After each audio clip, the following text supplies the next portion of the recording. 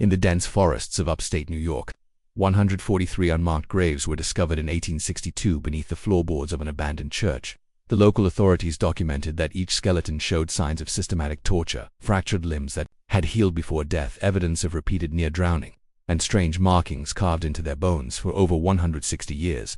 Federal records about the Church of the Pure Spirit remain sealed, accessible only to those with special clearance. I've obtained documents never before revealed to the public that detail how three brothers known as Elder Ezra, Deacon Silas, and Prophet Caleb Ravencroft convinced hundreds of devoted followers that suffering was the only path to salvation, and how their dark rituals of purification led to what may be the most disturbing religious cult in American history. The small settlement of Ravenwood in upstate New York was unremarkable in most ways during the early 19th century. Nestled between rolling hills and dense forests approximately 40 miles north of Albany, it consisted of perhaps 300 souls who made their living through farming, timber, and trade with neighboring communities. The town had been founded in 1803 by settlers moving north from the Hudson Valley, seeking fertile land and new opportunities. Like much of upstate New York during this period, Ravenwood found itself at the epicenter of what historians would later call the Second Great Awakening, a period of intense religious revival that swept across America in the early 1800s. The region became known as the Burned-Over District, due to the fervor of religious movements that seemed to ignite and spread like wildfire across its communities. It was a time when new denominations were born, old faiths were questioned, and charismatic preachers could draw crowds, numbering in the thousands, to outdoor revival meetings. Into this spiritual tumult arrived the Ravencroft brothers in the summer of 1825. Elder Ezra, the eldest at 42, had the commanding presence of a man accustomed to being obeyed. His deep-set eyes, nearly black in certain light, seemed to peer into one's very soul when he spoke of divine matters. Deacon Silas, 39, was more scholarly in appearance, with wire-rimmed spectacles and slender fingers perpetually stained with ink from his continuous writing of religious texts. Prophet Caleb, the youngest at 35, possessed an unsettling quality that many found both attractive and disturbing. He spoke in whispers that somehow carried across crowded rooms, and his pale blue eyes would often roll back during what he claimed were divine visions. The brothers arrived with substantial means, purchasing a large tract of land on the outskirts of town, where they immediately began construction of what they called the Church of the Pure Spirit. Unlike the simple white clapboard meeting houses common throughout New England and New York, their church was built of dark stone quarried from the nearby hills. Its architecture was unusual, a central octagonal sanctuary surrounded by 8 smaller chambers, with a steeple rising to a height that seemed excessive for such a remote location. Most striking was the absence of windows in the main sanctuary, with light provided only by carefully positioned lanterns during services. "We have been called by the Spirit to this place," Elder Ezra announced at their first gathering, which curiosity had made well attended despite initial skepticism from locals. "In an age of false prophets and lukewarm faith, we bring the true message of purification through tribulation. The Spirit has revealed to us that this community shall be the cradle of a new understanding." The brothers had timed their arrival perfectly. The religious landscape of 1825 America was fractured and uncertain. Traditional denominations like the Episcopalians and Presbyterians were losing ground to more emotional and demonstrative faiths. Methodists were gaining converts through circuit riders who brought fiery sermons to the frontier. Baptists were expanding rapidly with their emphasis on individual conversion experiences, and new American-born faiths were emerging. The Mormons would begin their journey just 1 year later and less than 100 miles away. When Joseph Smith published the Book of Mormon in 1830, in this environment of spiritual searching, the Ravencrofts' message found fertile ground. Their doctrine was deceptively simple at first. True salvation could only be achieved through suffering that burned away sin and impurity. They cited biblical passages about refinement through fire and Christ's suffering on the cross. But what distinguished their teaching was the literal interpretation. Physical suffering was not just metaphorical but necessary for spiritual cleansing. "The flesh is the vessel of sin," Deacon Silas would explain during early sermons, his voice measured and reasonable. "Therefore, the flesh must be tested, tried, and purified through tribulation. Only when the body has been broken can the spirit truly soar." Their congregation grew steadily through that first year.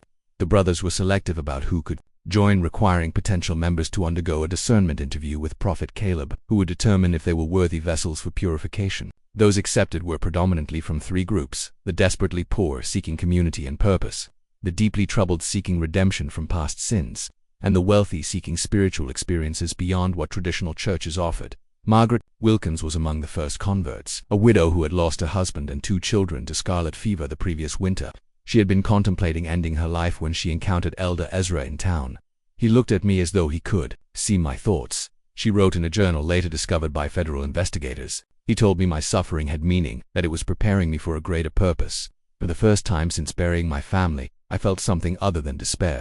By 1827, the Church of the Pure Spirit had grown to nearly 100 members, some lived in simple dwellings constructed around the church, while others maintained homes in Ravenwood but spent most of their time at the church compound. The Ravencrofts encouraged members to donate their property and savings to the church, explaining that worldly attachments prevent spiritual elevation. The most devoted followers were invited to become vessels of the Spirit, a special status that required them to undergo more intensive purification rituals. These early ceremonies were relatively mild compared to what would come later: extended fasting, night-long prayer vigils, and rituals involving ice-cold water that symbolized the drowning of the sinful self. What few outsiders realized was how methodically the Ravencrofts were escalating the intensity of these practices. Like the proverbial frog in slowly heating water, their followers were being conditioned to accept increasingly extreme forms of purification without recognizing the dangerous path they were traveling. By 1829, when construction began on an extensive network of chambers beneath the church, the Ravencrofts had established complete control over their followers' lives, thoughts, and bodies.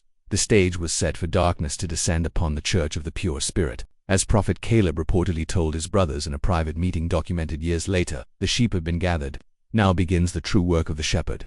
The people of Ravenwood would soon discover that the Ravencroft brothers' definition of shepherd had little to do with protection and everything to do with sacrifice. The transformation of the Church of the Pure Spirit from an unusual but seemingly benign religious community to something far more sinister can be traced to a specific date: December 21st, 1829, the winter solstice, the longest night of the year. What occurred that night would later be referred to in secret church documents as the First Ascension and would establish the pattern for the horrors that followed. The day began with an announcement from Elder Ezra that Prophet Caleb had received a profound vision during the night. The entire congregation was summoned to the church for what was described as a revelation of the next level of purification. As darkness fell and the temperature dropped below freezing, nearly 150 followers filled the windowless sanctuary, which was illuminated only by 12 large candles positioned at the points of an enormous pattern carved into the wooden flora spiral that wound inward toward a central platform. Thomas Hartford, blacksmith who had joined the church 6 months earlier following the death of his wife and who later escaped, provided testimony about what happened next. According to Hartford, Elder Ezra addressed the congregation with unusual intensity, his voice rising to a fever pitch as he described how their previous purification rituals had been merely preparation for the true cleansing. "Brothers and sisters," Elder Ezra proclaimed, "we have been patient shepherds, guiding you gently toward understanding, but the Spirit grows impatient with our progress. Tonight, Prophet Caleb has been shown the true path to salvation, and it requires greater courage than we have yet demanded. See." At this point, Prophet Caleb emerged from one of the side chambers. Witnesses described him as appearing transformed, his skin unnaturally pale, his movements jerky and uncoordinated, his eyes rolled back to show only whites. He began to speak, in what he claimed was the tongue of angels, a series of guttural sounds and high-pitched wails that echoed through the sanctuary. After several minutes of this disturbing display, Prophet Caleb collapsed to the floor. When he rose again, he spoke in his normal voice but with a cadence and authority that many found mesmerizing. He announced that the Spirit had selected 3 members of the congregation for the honor of First Ascension: Sarah Pembroke, Michael Collins, and Rebecca Winters. He called out, "The Spirit has found you worthy of elevation." The 3 individuals, all relatively recent converts to the church, were led to the central platform by Deacon Silas. What followed was described by Hartford as a ceremony unlike anything I believed possible among civilized people. Each of the 3 was stripped to their undergarments despite the winter cold. They were then bound to wooden frames that had been constructed in the shape of inverted crosses. Elder Ezra explained to the congregation that inverting the sacred symbol was not blasphemy, but rather represented the necessary reversal of fortune from pride to humility, from comfort to suffering, from life to death to rebirth. For the next several hours, the Ravencroft brothers subjected the 3 chosen ones to a series of torments they called the 7 trials of purification. First came the trial of air, in which wet cloths were placed over their faces while water was slowly poured over them, creating the sensation of drowning. Then came the trial of earth, where soil from the church grounds was packed around their bodies up to their necks, effectively burying them alive for short periods. The trial of fire involved heated metal implements pressed briefly against their skin, leaving burn marks in specific patterns. The trial of water saw them repeatedly submerged in ice-cold water until they lost consciousness, then revived. Hartford's testimony becomes fragmented when describing the final 3 trials, as he admitted to having vomited and nearly fainted during the proceedings. What is clear from multiple accounts is that throughout these tortures, the 3 victims were encouraged to embrace their suffering as divine blessing. Whenever they screamed in pain, the congregation was instructed to chant, "Through suffering comes purity. Through purity comes elevation." Most disturbing was the congregation's response. Hartford reported that while some members wept quietly or looked away, many appeared entranced, watching with expressions of reverence or ecstasy. The Ravencrofts had spent years conditioning their followers to associate pain with spiritual advancement, and now that conditioning bore its terrible fruit. Near dawn, when the 7 trials were complete, the 3 victims hung limp on their frames, barely conscious but still alive. Elder Ezra announced that they had been emptied of sin and were now ready to be filled with the pure spirit. What happened next would haunt those who witnessed it for the remainder of their lives. Prophet Caleb approached each victim and placed his hands on their heads, whispering into their ears. According to Hartford and one other witness who later he spoke to authorities, the 3 victims suddenly convulsed violently, their bodies arching against their restraints with such force that bones could be heard breaking. Their eyes flew open, bulging and bloodshot, and they began speaking in the same strange language Prophet Caleb had demonstrated earlier. By sunrise, all 3 had died. Elder Ezra proclaimed them successfully ascended and declared that their souls had been so thoroughly purified that they had been accepted directly into heaven, bypassing judgment. Their bodies, he explained, are merely empty vessels now, to be revered as holy relics. The 3 corpses were not buried immediately. Instead, they were placed in one of the newly constructed chambers beneath the church, laid out on stone slabs where congregation members could view them and pray for similar elevation. According to church records later seized by authorities, these were the first of what would eventually become hundreds of bodies stored in the catacombs beneath the Church of the Pure Spirit.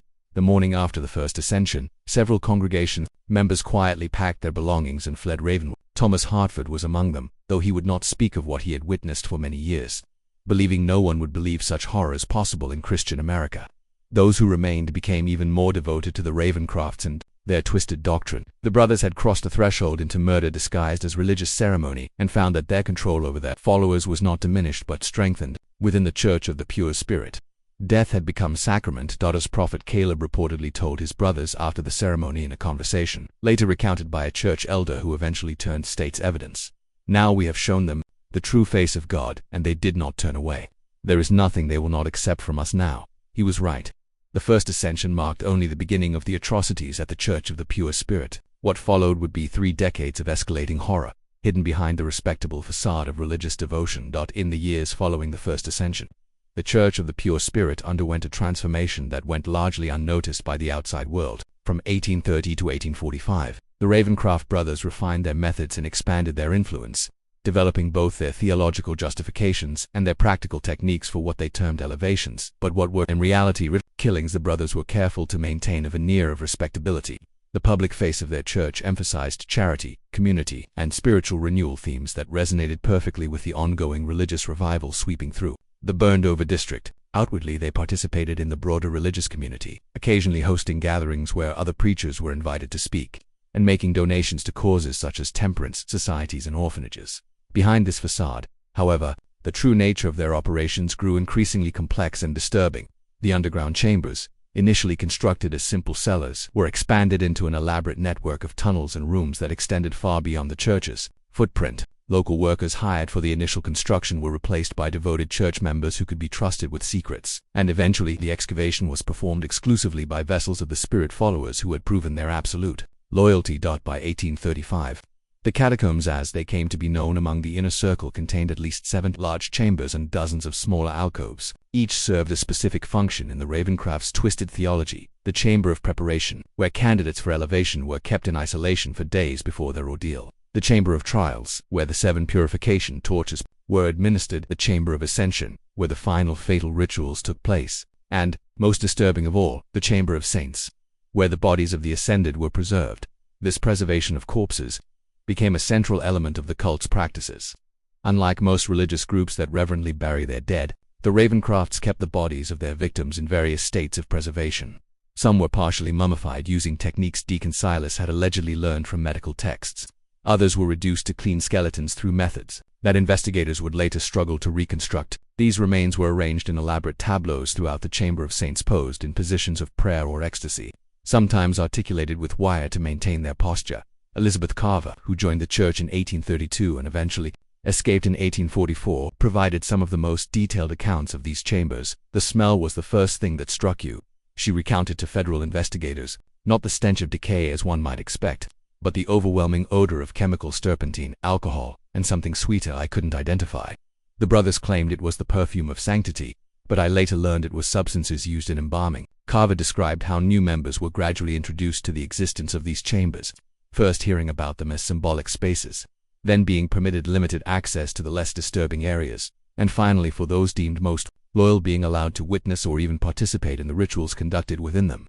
It was a careful seduction, she explained. By the time you saw the Chamber of Saints with its dozens of corpses arranged like some grotesque congregation, you had been so thoroughly indoctrinated that it seemed beautiful rather than horrifying. I remember weeping with what I thought was religious ecstasy the first time I was permitted entry. Now, those tears shame me beyond words. The frequency of elevations increased gradually over the years. In 1830, according to church records later seized as evidence, there were only 2 such ceremonies, resulting in 5 deaths. By 1835, the number had risen 2 quarterly events, each claiming 2 to 4 lives, and by 1840, monthly elevations had become the norm, with special ceremonies on solstices and equinoxes often taking larger numbers of victims. The Ravencrofts became selective in choosing candidates for elevation. Initially they favored those without close family connections, widows, orphans, and drifters who would not be missed. Later, as their confidence grew, they began selecting from devoted families within the congregation, framing selection as the highest honor a family could receive. To give a child to the Spirit was considered the ultimate expression of faith, Carver recalled. Parents would compete for this blessing, offering their sons and daughters with a fervor that seems unimaginable to me now. While the brothers maintained their distinct roles, Elder Ezra as the authoritative voice, Deacon Silas as the scholarly theologian, and Prophet Caleb as the mystical conduit to the divine, their private dynamics shifted over time. According to accounts from former Inner Circle members, Caleb's influence grew as his visions directed ever more aspects of church life. By 1840, it was Caleb who selected all candidates for elevation and determined the specific rituals to be used in each case. His mental state appears to have deteriorated significantly during this period. Journal entries attributed to him, recovered from a hidden compartment in his private quarters, reveal increasingly incoherent writings interspersed with detailed anatomical drawings. One entry from 1842 reads, "The Spirit has revealed that souls reside not merely in the heart or mind, as commonly thought, but are distributed throughout the body in specific nodes. Each elevation allows me to map these sacred points more precisely. Soon I shall have the complete divine anatomy." As the church's membership grew to nearly 300 by 1845, the Ravencrofts faced the practical challenge of disposing of evidence from their increasing number of elevations. This led to one of their most macabre innovations, the selling of human remains to medical schools. In the mid-19th century, medical colleges struggled to obtain cadavers for anatomical study. Legal sources were limited primarily to executed criminals, leaving an insufficient supply for teaching purposes. This created a black market for bodies, with resurrection men illegally exhuming the recently buried or claiming unclaimed bodies from poorhouses. Deacon Silas, whose scholarly pursuits had given him connections in academic circles, established relationships with agents who supplied medical schools in Albany, New York City, and as far away as Philadelphia. Church records indicate that between 1840 and 1845, at least 67 vessels were donated to the advancement of medical science, a euphemism for the sale of murder victims, bodies. This commercial aspect served multiple purposes for the Raven. It disposed of evidence, generated significant income for the church, and provided Deacon Silas with access to medical knowledge that he incorporated into the cult's practices. From these transactions, he learned improved preservation techniques and more efficient methods of causing pain without leaving external marks, knowledge that would make the church's later atrocities even more sophisticated. By 1845, the Church of the Pure Spirit had evolved from a fringe religious group into something unprecedented, a self-sustaining system of indoctrination, ritual murder, and profit disguised as spiritual advancement. The brothers had created what one federal investigator would later call a perfect machine for evil, operating in plain sight under the protection of religious freedom. Yet, despite their careful management of appearances, rumors began to spread. The sheer number of people who had joined the church only to disappear from public life raised questions. Former members who had fled rarely spoke openly about their experiences, fearing either disbelief or retaliation. But their haunted expressions and reluctance to discuss their time with the Ravencrofts fueled local suspicions. It was these growing murmurs, combined with an unexpected discovery by a postal inspector investigating financial irregularities, that would eventually draw official attention to the quiet horror unfolding in Raven. But that reckoning still lay years in the future. For now, the Church of the Pure Spirit continued its dark work, its true nature hidden beneath layers of religious respectability and the fervent devotion of followers who had been taught to see murder as the highest form of worship. Before we continue with the story of the Church of the Pure Spirit, if you're enjoying this dark tale of religious horror in America's past, make sure to subscribe to our channel and leave a comment telling us what state or city you're listening from. Your support helps us bring more of these forgotten historical nightmares to light. Now, Let's return to the twisted world of the Ravencroft brothers. The public face of the Church of the Pure Spirit reached its zenith during the late 1840s to the outside world. The Ravencroft brothers appeared to be successful religious leaders riding the wave of the Second Great Awakening. Their compound had expanded to include not only the main church building and underground chambers but also dormitories for single members, modest homes for families, workshops where church goods were produced, and even a small school for the children of followers. Visitors to Ravenwood often commented on the prosperity and orderliness of the church community. The Ravencrofts were particularly careful about who they allowed onto their property, generally limiting access to potential converts who had been carefully vetted or to respected community figures they wished to impress. During these sanctioned visits, what outsiders saw was an industrious religious community where members worked together, prayed together, and supported one another. What remained invisible was the web of psychological control, the nighttime rituals in the underground chambers, and the steadily increasing number of elevations. Also hidden was the growing wealth of the Ravencroft brothers, amassed through donations from followers. The sale of human remains to medical schools and various businesses operated under church auspices, but primarily benefiting the brothers. First significant thread that would eventually unravel their carefully constructed facade appeared in 1847, when James Thornhill, postal inspector investigating financial irregularities in several upstate New York communities, noticed unusual patterns in banking transactions connected to the Church of the Pure Spirit. Large sums deposited at irregular intervals, always in cash, Thornhill noted in his official report. Amounts consistent with institutional deposits rather than individual banking. Transfers to medical colleges in Albany, Philadelphia, and Baltimore with vague notations regarding research donations. Thornhill's investigation might have remained focused solely on potential financial improprieties had he not encountered Martha Simmons, a former church member who had fled the community after witnessing her sister's elevation in 1846. Initially reluctant to speak about her experiences, Simmons eventually provided Thornhill with the first official testimony about the true nature of the Ravencrofts' activities. She spoke of rituals involving torture, of bodies kept in underground chambers, of children being selected for special blessings and never seen again. Thornhill wrote, claims so outlandish that I would have dismissed them as the ravings of a disturbed mind had they not aligned so perfectly with the financial irregularities I'd already documented. Thornhill brought his concerns to his superiors, but the response was tepid at best. Religious freedom was strongly protected, and accusations against a church required extraordinary evidence. Without permission to pursue an official investigation, Thornhill continued gathering information privately, creating a network of contacts around Ravenwood who could report on the church's activities. One such contact was Dr. William Garrett, a physician in Albany who had grown suspicious about the condition of cadavers he examined that allegedly came from the Church of the Pure Spirit. Standard practice was to receive bodies of the deceased who had donated their remains to medical science, Garrett later testified. But these specimens showed signs of systematic antemortem injuries sustained before death that had partially healed, and the manner of death itself was consistent across multiple bodies, evidence of asphyxiation combined with extreme physical stress. In 1850, Garrett secretly reached out to Thornhill, providing detailed medical reports on 7 bodies he had examined. These documents provided the first scientific evidence that something sinister was occurring at the Church of the Pure Spirit. Still, authorities remained reluctant to act against a religious organization without irrefutable proof of criminal activity. The breakthrough came from an unexpected source. In the spring of 1851, Prophet Caleb Ravencroft's mental state, which had been deteriorating for years, reached a crisis point according to accounts from church members who later testified. He began experiencing violent episodes, where he would rave about spirits emerging from the walls and the divine anatomy becoming visible in the air. During church services, his prophetic utterances became increasingly bizarre and frightening, even to the most devoted followers. Elder Ezra and Deacon Silas attempted to manage the situation by limiting Prophet Caleb's public appearances, explaining his absences as periods of intense communion with the Spirit. In private, however, they confined him to a specially constructed room in the furthest reaches of the underground chambers where his screams would not be heard above ground. This confinement might have contained the immediate problem had Prophet Caleb not escaped during a momentary lapse in supervision. On the night of June 17, 1851, he somehow freed himself from his restraints and made his way through the catacombs, to emerge in the woods beyond the church property. What followed was described in the Albany Evening Journal as a scene of public madness, unprecedented in the region's history. Naked and covered in self-inflicted wounds, Prophet Caleb appeared in Ravenwood's town square during a community gathering celebrating the summer planting. Before a crowd of horrified onlookers, he proclaimed himself the living vessel of the pure spirit and began describing in explicit detail the rituals conducted beneath the church. "The blood of the purified strengthens our connection to the divine," he reportedly shouted.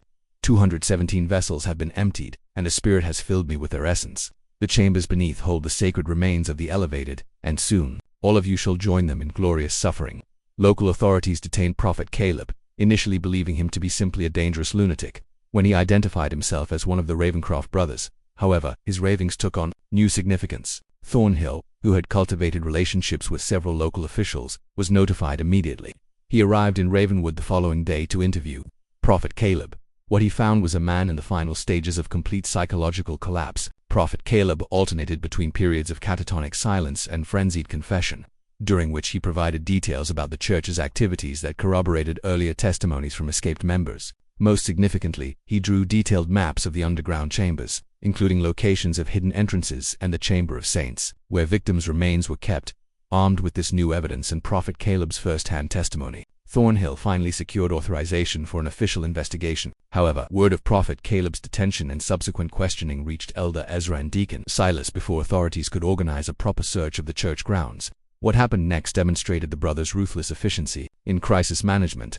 Within hours of learning of Prophet Caleb's detention, they initiated what church records later revealed was a contingency plan called the Cleansing Flame. Members of the inner circle were dispatched to remove the most incriminating evidence from the underground chambers, particularly financial records and the most recently deceased bodies. Then, in a move that showed both desperation and calculated cunning, they orchestrated a controlled fire in the main church building. The fire was carefully set to destroy specific areas while leaving others intact, creating the appearance of a tragic accident rather than deliberate destruction of evidence. By the time authorities arrived with a search warrant on June 19, 1851, they found the church building partially burned and the congregation engaged in recovery efforts. Elder Ezra greeted officials with apparent cooperation, expressing shock at his brother's mental breakdown and offering full access to the property. "It seems God has tested us doubly," he reportedly told investigators. "First with the affliction of my beloved brother's mind, and now with this terrible fire. But we shall rebuild, as faith must always rise from ashes." The investigation that followed was hampered not only by the fire damage but by the brothers' meticulous preparation. The entrance to the main tunnel system had been collapsed in the fire, making access difficult. When excavation finally revealed the underground chambers, investigators found them partially flooded, a result of deliberately diverted water from a nearby stream. Many rooms had been emptied of their contents, with evidence of hasty removal. Nevertheless, enough remained to confirm the most disturbing aspects of Prophet Caleb's confession. In chambers that had escaped both fire and flooding, investigators discovered specialized restraints, tools modified for torture, and chemical compounds used in embalming. Most damning was the Chamber of Saints, where, despite efforts to remove evidence, dozens of human remains were found in various states of preservation. "The scene defies adequate description," wrote federal investigator Daniel Blackwood in his official report. "Skeletal remains arranged in poses of supplication, partially preserved corpses seated as though participating in some macabre congregation, and most disturbing, small chambers containing the remains of children positioned as though at play, but bearing clear evidence of violent deaths." The discovery shocked even hardened investigators. Newspaper accounts, though heavily censored due to Victorian sensibilities, conveyed enough details to create widespread horror. The Albany Evening Journal's headline on June 25, 1851, read simply, "House of Worship Revealed as Charnel House. Brothers accused of unspeakable acts in the name of religion." As authorities worked to identify the remains and determine the full extent of the Ravencrofts' crimes, Elder Ezra and Deacon Silas maintained their innocence. They claimed that Prophet Caleb had conducted his activities in secret, without their knowledge or approval, and expressed shock and dismay at the discoveries. Given their careful compartmentalization of church operations, this defense might have carried some weight had it not been for one final damning piece of evidence. In a hidden compartment beneath Deacon Silas's personal quarters, investigators discovered a leather-bound ledger documenting every elevation from 1829 to 1851. The book, written in Deacon Silas's distinctive handwriting, contained names, dates, descriptions of methods used, and notations regarding the disposition of remains, including those sold to medical institutions. Most incriminating were entries specifically attributing direction and participation to all three brothers, with special mention of Elder Ezra's role in selecting candidates for elevation. This ledger, combined with testimony from former members and Prophet Caleb's confession, provided overwhelming evidence of the brothers' guilt. On July 3, 1851, Elder Ezra and Deacon Silas Ravencroft were arrested on multiple charges of murder, fraud, and desecration of human remains. The case against the Ravencroft brothers would become one of the most sensational trials of the mid-19th century, though much of the most disturbing evidence was kept from public view by authorities concerned about its potential impact on public morality and religious sensibilities. The investigation continued to uncover new horrors, expanding well beyond the events at the church itself to include the brothers' earlier activities and the full network of their operations. But even as the legal process moved forward, the darkest secrets of the Church of the Pure Spirit remained hidden, awaiting discovery by those who would continue to investigate long after the Ravencrofts had faced justice. As the investigation into the Church of the Pure Spirit deepened through the summer of 1851, authorities found themselves confronting a criminal enterprise far more extensive than initially believed. The Ravencroft brothers had created not merely a cult with aberrant practices but an intricate system that extended tendrils into multiple aspects of American society, religious, medical, and financial. Elder Ezra and Deacon Silas remained in custody awaiting trial, while Prophet Caleb had been committed to the state lunatic asylum at Utica, deemed too mentally unstable to stand trial. Their followers, meanwhile, had scattered, some fleeing to avoid prosecution, others remaining in Ravenwood in a state of shock and disbelief, their entire worldview shattered by the revelations. Federal investigator Daniel Blackwood, assigned to lead the case, established a temporary office in Ravenwood to coordinate the sprawling investigation, as he pieced together evidence from church records, witness testimonies, and forensic examinations. A disturbing timeline emerged that stretched back even before the brothers' arrival in upstate New York. The Ravencrofts did not begin their crimes in Ravenwood, Blackwood wrote in a confidential report to his superiors in Washington. Evidence suggests similar activities in at least 3 previous locations dating back to 1817. In each case, they established a religious community, gathered vulnerable followers, and departed before authorities became suspicious. What distinguishes Ravenwood is not the nature of their activities but their duration and scale. Records recovered from a hidden vault beneath Deacon Silas's quarters revealed that the brothers had operated under different names in Connecticut, Pennsylvania, and Ohio before settling in New York. In each location, they had refined their methods, learning from mistakes and developing the theological framework that would eventually become the doctrine of the Church of the Pure Spirit. Just when we thought we'd seen it all, the horror in Ravenwood intensifies. If this story is giving you chills, share this video with a friend who loves dark mysteries. Hit that like button to support our content. And don't forget to subscribe to never miss stories like this. Let's discover together what happens next. The breakthrough that would ultimately reveal the full extent of the Ravencrofts' operation came in October 1851, when investigators located Samuel Parsons, who had served as the church's accountant from 1835 to 1849 before being replaced by a newer member. Parsons was living under an assumed name in western Massachusetts. I believed I was managing donations and legitimate business interests, Parsons testified after being granted immunity, when I discovered entries for specimen preparation and research grants that corresponded with disappearances among the congregation. I began keeping private records when Elder Ezra discovered my separate ledger. I was scheduled for special prayer counseling, a term I had learned meant selection for elevation. I fled that night with only the clothes on my back. Parsons provided investigators with detailed financial information from memory, including names of medical institutions that had paid for bodies and research, wealthy patrons who had funded the brothers' work believing it to be legitimate scientific inquiry, and church members who had assisted in various aspects of the operation. Most significantly, he revealed the existence of a second facility located nearly 40 miles from Ravenwood, a remote farmhouse that the brothers had purchased through an intermediary in 1840. According to Parsons, this location was used for special research that was kept separate even from the inner circle of the church. Elder Ezra called it the garden, Parsons recalled. Only he, Deacon Silas, and 2 trusted assistants ever went there.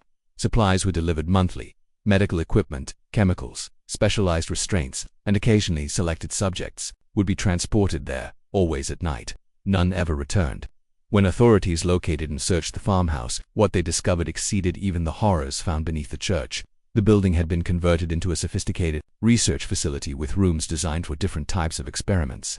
Detailed records indicated that this location had been used primarily for long-term study subjects, kept alive for weeks or months while various procedures were performed and documented. Most disturbing was evidence that the brothers had been particularly interested in the effects of their purification techniques on children. A separate building on the property contained small cells and equipment sized for juvenile subjects. Records indicated that at least 37 children ranging in age from 4 to 16 had been held at the facility between 1840 and 1851. This discovery galvanized public outrage like nothing before. Newspapers that had been relatively restrained in their coverage now published lurid details, with the New York Tribune running the headline, "Monsters in Human Form Ravencroft Brothers Crimes Against Innocence Revealed." Public demonstrations demanded swift justice, and political pressure mounted for an exemplary prosecution. Elder Ezra and Deacon Silas, who had maintained a certain composure throughout earlier phases of the investigation, reportedly showed signs of breaking under the accumulated evidence. Prison guards noted that Elder Ezra had begun speaking to invisible presences in his cell, while Deacon Silas attempted suicide after being confronted with evidence from the garden. As 1851 drew to a close, the case against the Ravencroft brothers had grown from a local horror to a national sensation. The upcoming trial promised to be one of the most significant criminal proceedings in American history, with implications not only for the defendants but for religious freedom, medical ethics, and the dark capabilities that could hide behind respectable facades. Yet, even as preparations for the trial progressed, investigator Blackwood remained troubled by lingering questions. The brothers' activities spanned too many years and locations to have gone completely undetected, he wrote in his personal journal in December 1851. Their connections to medical institutions and wealthy patrons suggested a level of protection that seemed implausible without some form of official complicity, and the sophistication of their operation indicated resources beyond what church donations alone could provide. I am increasingly convinced that we have uncovered merely the visible portion of something far more extensive. The Ravencrofts are undoubtedly guilty of unconscionable crimes, but I cannot escape the suspicion that they were part of a larger enterprise, one that may continue to operate despite their apprehension. The question that haunts me is not whether justice will be served in this case, but whether the full truth will ever come to light. His concerns would prove prophetic in ways he could not have anticipated as the trial of the century prepared to begin in Albany in January 1852. The trial of Elder Ezra and Deacon Silas Ravencroft began on January 12, 1852, in Albany, New York, amid unprecedented security and public interest. The courthouse was surrounded daily by crowds numbering in the thousands, some traveling from as far as Boston and Philadelphia to witness proceedings in what newspapers had dubbed the trial of the unholy brothers. Inside the courtroom, the prosecution presented a methodical case that unfolded over 6 weeks, with over 100 witnesses providing testimony about various aspects of the Ravencrofts' crimes. Survivors of the church described the psychological manipulation and gradual indoctrination that had led them to accept increasingly extreme purification rituals. Medical experts detailed their examinations of recovered remains, confirming patterns of systematic torture and experimentation. Financial records demonstrated the brothers' profit from selling bodies and research. The most powerful testimony came from families of victims, who described their loved ones' gradual transformation under the brothers' influence, ending with their disappearance or reported death under suspicious circumstances. Sarah Wilkinson, whose daughter Emma had joined the church in 1847 at age 16 and ascended 6 months later, spoke of receiving letters in her daughter's handwriting that grew increasingly strange before stopping entirely. The final letter said she had been selected for special blessing and that I should rejoice in her coming elevation, Wilkinson testified. When I traveled to Ravenwood to see her, Elder Ezra told me she had been transported to their retreat for spiritual preparation and would not receive visitors. 3 weeks later he informed me she had ascended to the pure spirit during a sacred ceremony. I was not permitted to see her body, which he claimed had been sanctified, and could not leave church grounds. Throughout the proceedings, the defendants' behaviors diverged dramatically. Deacon Silas appeared withdrawn, rarely making eye contact and speaking only to his attorneys in whispers. Elder Ezra, however, maintained an unsettling composure, often smiling during the most damning testimony and occasionally nodding as though in approval of the descriptions of his crimes. When the defense finally presented its case in late February, their strategy became clear. They would not deny the deaths or even many of the practices described, but would instead argue that the activities of the Church of the Pure Spirit were protected religious expression and that members had participated voluntarily. The Constitution of these United States guarantees freedom of religious practice. Defense attorney William Hargrove argued the ceremonies of the Church of the Pure Spirit, while perhaps shocking to conventional sensibilities, were conducted with the full knowledge and consent of participants who shared the Ravencrofts' belief in purification through suffering. This defense collapsed under cross-examination of former church members who testified to coercion, deception, and the administration of substances now identified as containing opium and other mind-altering compounds. The final blow came when the prosecution presented the records from the garden, showing clearly that many victims had been outright abducted rather than recruited as church members. On March 2, 1852, with the trial moving toward its inevitable conclusion, Elder Ezra made a request that would transform the proceedings. He asked to testify in his own defense against the strong advice of his attorneys. The judge, after considerable deliberation, allowed it. What followed was perhaps the most chilling courtroom testimony in American judicial history. For nearly 4 hours, Elder Ezra spoke without notes, delivering what amounted to a sermon on his beliefs and practices. He neither denied the charges nor expressed remorse, but instead offered a coherent, if terrifying, philosophy that combined religious mysticism with scientific rationalism in service of what he called the elevation of humanity through systematic understanding of transcendence. Death comes to all, he told the stunned courtroom. We merely gave it purpose. Those who ascended through our ministrations contributed to knowledge that will ultimately benefit all mankind. Their suffering was temporary, their contribution eternal. Most disturbing was his clear intellectual capacity and the way he had constructed a belief system to justify atrocity. He spoke of pain as the purest form of consciousness, of death as merely a transition of energy, and of his victims as willing participants in the greatest scientific and spiritual in an endeavor of our age. When Prosecutor James Sullivan asked about the children found at the garden, Elder Ezra's response sent audible gasps through the courtroom. The young vessel receives the Spirit most purely. Their observations were most valuable precisely because they were unclouded by preconception. We honored them by allowing their suffering to illuminate paths others fear to tread. At this statement, a man in the gallery later identified as Harold Winters, whose son had disappeared after attending a church service in 1847, rushed toward the witness stand with a concealed knife. He was restrained by court officers before reaching Elder Ezra, who had not flinched or attempted to move.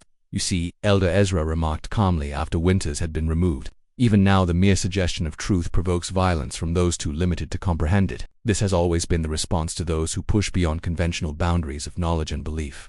After Elder Ezra's testimony, Deacon Silas declined to take the stand. His attorney offered only a brief statement suggesting that his client had been under his brother's influence and requesting mercy on those grounds. The prosecution's closing arguments emphasized the calculated nature of the brothers' crimes, the suffering of their victims, and the betrayal of both religious faith and scientific principle their actions represented. The jury deliberated for less than 3 hours before returning with guilty verdicts on all counts for both defendants. On March 10, 1852, Judge William Blackwood sentenced the Ravencroft brothers to death by hanging, declaring their crimes an offense against God, humanity, and the moral foundation upon which civilized society rests. The execution was scheduled for April 15th, but events would take an unexpected turn in the intervening weeks. Prophet Caleb, who had been confined to the asylum at Utica, died under mysterious circumstances on March 20th. Official reports stated he had succumbed to nervous exhaustion, but rumors suggested either suicide or murder by attendants who had learned of his connection to the notorious case. More significantly, on the night of April 7th, a fire broke out in the Albany jail where the Ravencroft brothers were being held. By the time the blaze was controlled, 3 inmates and 2 guards had died from smoke inhalation. Initial reports indicated that Deacon Silas was among the dead, his body identified by distinctive rings he wore. Elder Ezra, however, was not found among either the dead or the survivors. The manhunt that followed was the largest in New York State history to that point. Federal authorities joined local law enforcement in searching for the escaped prisoner, with wanted posters distributed throughout the Northeast. Reported sightings came from as far away as Chicago and Montreal, but none led to capture. As weeks passed without success, troubling questions emerged about the circumstances of the jail fire and Deacon Silas's death. The official identification had been made hastily, based primarily on personal effects rather than clear recognition of the badly burned body. Some investigators, including Blackwood, questioned whether either brother had actually died in the fire. The timing and nature of the incident suggests planning and outside assistance, Blackwood wrote in a confidential report. The possibility must be considered that both brothers escaped, with one corpse misidentified as Deacon Silas while another prisoner remains unaccounted for in the confusion. This theory gained credibility when investigators discovered that a substantial sum, nearly $30,000, had been withdrawn from a bank account connected to the church just 2 days before the fire by an individual matching the description of Jacob Thornton, one of the brothers' most devoted followers who had disappeared after their arrest. The most disturbing development came in June 1852 when a physician in Baltimore was found murdered in his home under bizarre circumstances. Dr. Edward Mitchell had been one of the medical professionals implicated in receiving specimens from the Church of the Pure Spirit. Though he had cooperated with authorities and avoided prosecution, his body was discovered positioned in a manner identical to the elevated victims from the church, with a note pinned to his chest reading simply, "The Spirit sees all who betray its work." This killing, followed by similar murders of 2 other physicians with connections to the case over the next year, suggested that the brothers or their followers were systematically eliminating those who had assisted the investigation. Each victim was found arranged in the same ritual posture, each with a similar note, creating a wave of fear among those who had been involved in the case. By 1854, the active investigation had been scaled back, with Elder Ezra presumed to have fled the country. Occasional reports of religious groups with practices reminiscent of the Church of the Pure Spirit emerged from places as distant as New Orleans, St. Louis, and San Francisco, but none led to the recapture of the infamous preacher, Blackwood, who had been reassigned to other cases but continued to investigate the Ravencrofts privately, became convinced that Elder Ezra had not merely escaped but had reconstituted his operation in some new location, perhaps with the assistance of a network of followers more extensive than initially believed. The Ravencroft case represents not the end of a criminal enterprise but merely its exposure. He wrote in his final report before retiring in 1860, The combination of religious fervor, scientific curiosity without moral constraint, and the promise of transcendent knowledge creates a powerful allure that did not die with our prosecution of two of its practitioners. I fear we have merely driven this darkness further into the shadows, where it continues its work beyond our sight. His assessment would prove prophetic. In the decades that followed, scattered reports would emerge of religious groups with striking similarities to the Church of the Pure Spirit appearing briefly before disappearing again, often leaving unexplained disappearances in their wake. None were directly linked to Elder Ezra Ravencroft, yet the pattern suggested his influence lived on. The most significant such incident occurred in 1862, a decade after the original case, when a small church, calling itself the Sanctuary of Divine Understanding, was discovered abandoned near the Massachusetts-Vermont border. Local authorities investigating reports of strange noises and lights found an empty building with a hidden cellar containing evidence of recent ritual activities consistent with the Ravencrofts' practices. Most disturbing was a journal recovered from the site. Written in handwriting experts would later confirm matched Elder Ezra's known script. The final entry, dated just 3 days before the discovery, read, "The work continues as it must. Each vessel contributes to understanding. Each elevation brings the final revelation closer. 100 years from now, when the full truth emerges, all will recognize our sacrifice as the foundation of a new age of understanding. The Spirit is patient. So too must be its servants." Whether this represented Elder Ezra's final testament or merely another disappearance before resurfacing elsewhere remains unknown. No confirmed sighting of him was ever recorded after the Albany jail fire, leaving his ultimate fate as one of the great unsolved mysteries of American criminal history. The official investigation into the Church of the Pure Spirit and the Ravencroft brothers formally concluded in 1862 with the discovery of the abandoned Sanctuary of Divine Understanding and the journal attributed to Elder Ezra. Federal authorities, stretched thin by the demands of the Civil War, classified the case as resolved. Despite the lack of certainty regarding Elder Ezra's fate, the physical evidence from both Ravenwood and the subsequent sites linked to the brothers was consolidated in a special archive within the Department of Justice, accessible only to officials with specific authorization. This collection included journals, ritual implements, financial records, and anatomical drawings remained largely unexamined for decades, a testament to the government's discomfort with the brothers' legacy. In the communities affected by the Ravencrofts, the process of healing and reconciliation proceeded slowly. Ravenwood itself never fully recovered from its association with the notorious case. The church property was seized by the state, the buildings demolished, and the land left vacant. Many residents relocated rather than live with the stigma of connection to what newspapers had called the American House of Horror. Those who had lost family members to the brothers' elevations formed a support society that eventually expanded to include survivors of similar experiences elsewhere. This group, initially called the Assembly of Reconciliation and later known simply as the Assembly, dedicated itself to identifying and exposing religious practices that crossed the line into exploitation or abuse. The most profound and lasting impact of the Ravencroft case, however, emerged in the field of medical ethics. The revelation that respected medical institutions had knowingly or unknowingly benefited from the brothers' crimes prompted the first serious national conversation about the sourcing of cadavers for medical education and the ethical boundaries of research. In 1855, the American Medical Association adopted its first formal code of ethics regarding anatomical specimens, requiring documentation of legal acquisition for all bodies used in teaching or research. This was followed in 1858 by legislation in several states establishing stricter regulation of medical schools and anatomical research facilities. Dr. William Harrison, who had been instrumental in bringing the Ravencrofts' connections to medical institutions to light, became a leading advocate for ethical reform. His 1860 treatise on the moral imperative in scientific inquiry directly addressed the Ravencroft case, arguing that knowledge obtained through cruelty is itself corrupted at its source, and that science, divorced from humanity's moral compass, inevitably leads to atrocity disguised as progress. The brothers' fusion of religious doctrine and pseudoscientific research had exposed vulnerabilities at the intersection of faith, science, and authority, vulnerabilities that American society would continue to grapple with long after the specific details of their crimes had faded from public memory. Throughout the latter half of the 19th century, rumors persisted about Elder Ezra's survival and continued activities. Reported sightings placed him in locations ranging from California gold mining camps to New Orleans spiritual societies to European medical conferences. While none were confirmed, the persistence of these accounts reflected the deep impression his particular brand of charismatic malevolence had left on the American consciousness. More concrete was the evidence of the brothers' continuing influence through followers who had escaped prosecution. Between 1865 and 1890, authorities identified at least 7 small religious groups in different parts of the country that incorporated elements of the Church of the Pure Spirit's doctrines and practices. While none reached the scale or extremity of the original, Their existence suggested that the brothers' ideas had taken root beyond their direct control. The most significant such group was discovered in 1879 in rural Missouri, where a charismatic preacher calling himself Brother Elijah had established a small community centered on the concept of transcendence through tribulation. When local authorities investigated reports of concerning activities, they found ritual implements and journals directly referencing the Ravencrofts' teachings. Brother Elijah, identified as Thomas Whitfield, a former Inner Circle member of the Church of the Pure Spirit, took his own life rather than face arrest. The final confirmed chapter of the Ravencroft saga came in 1899, when a collection of papers was anonymously donated to the Harvard Medical School library. The materials, contained in a locked iron box, included extensive journals, anatomical drawings, and experimental notes spanning from 1852 to 1898, the year preceding the donation. Handwriting analysis confirmed that the most recent entries were in Elder Ezra's hand, though showing signs of advanced age.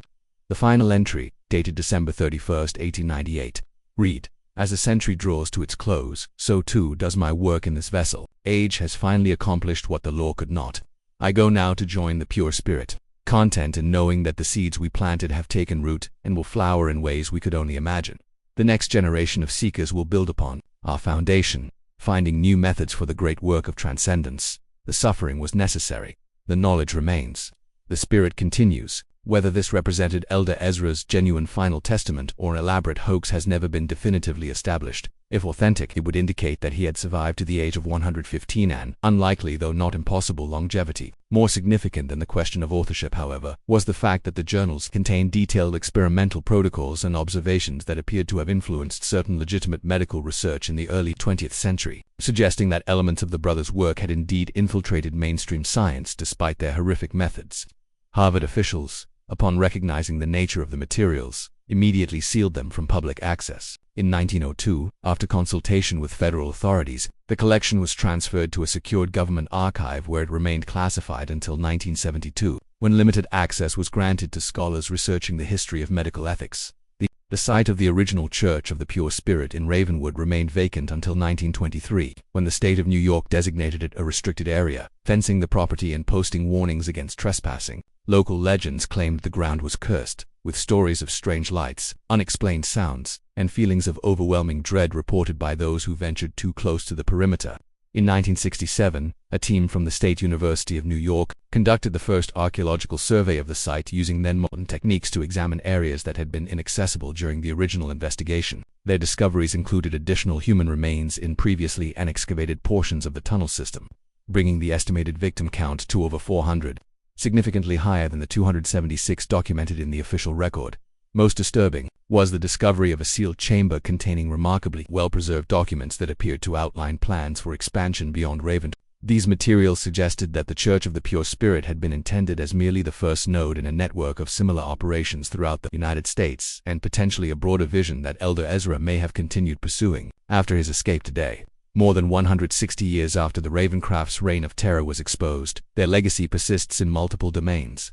In religious studies, they represent an extreme example of how charismatic leadership, incremental normalization of deviant behavior, and the human desire for transcendent meaning can combine to enable atrocity. In medical ethics, their case continues to be cited as a foundational example of the necessity for moral boundaries in scientific inquiry. In criminal psychology, they stand as early examples of organized, systematic killers who operated under the protection of respected social institutions for the communities and families touched by their crimes. However, the Ravencrofts represent something more immediate and personal, a wound in the fabric of American history that has never fully healed. Descendants of victims and survivors still gather annually in a small ceremony at a memorial established in Albany in 1902, bearing the simple inscription for those lost to darkness, that their suffering not be forgotten. The questions that haunted investigator Blackwood in 1852 continued to resonate. How did the brothers develop their unique fusion of religious control and pseudoscientific experimentation? Who else knew of or facilitated their activities? And, perhaps most disturbingly, how much of their influence persists unrecognized in institutions and ideas that continue to shape American society? The true horror of the Ravencroft case lies not merely in the brothers' grotesque acts, but in the recognition that their story represents not an aberration but a dark possibility. Inherent in the human capacity for both reverence and cruelty, their legacy stands as a warning about the dangers when charisma, authority, and ideology combine to override our most fundamental moral constraints. In the dense forests of upstate New York, the land where the Church of the Pure Spirit once stood, who remains empty. the earth still scarred by foundations that no amount of time seems able to completely erase. Local residents say that even now on particularly still nights, the area is marked by an unnatural silence, as though something in that soil continues to absorb sound, light, and warmth, hungry for the human suffering that once fed it so abundantly. This mystery shows us how thin the veneer of civilization can be when authority figures twist faith and science to serve their darkest impulses. What do you think of this story? Do you believe everything was revealed? Leave your comment below. If you enjoyed this tale and want more horror stories like this, subscribe, hit the notification bell, and share with someone who loves mysteries. See you in the next video.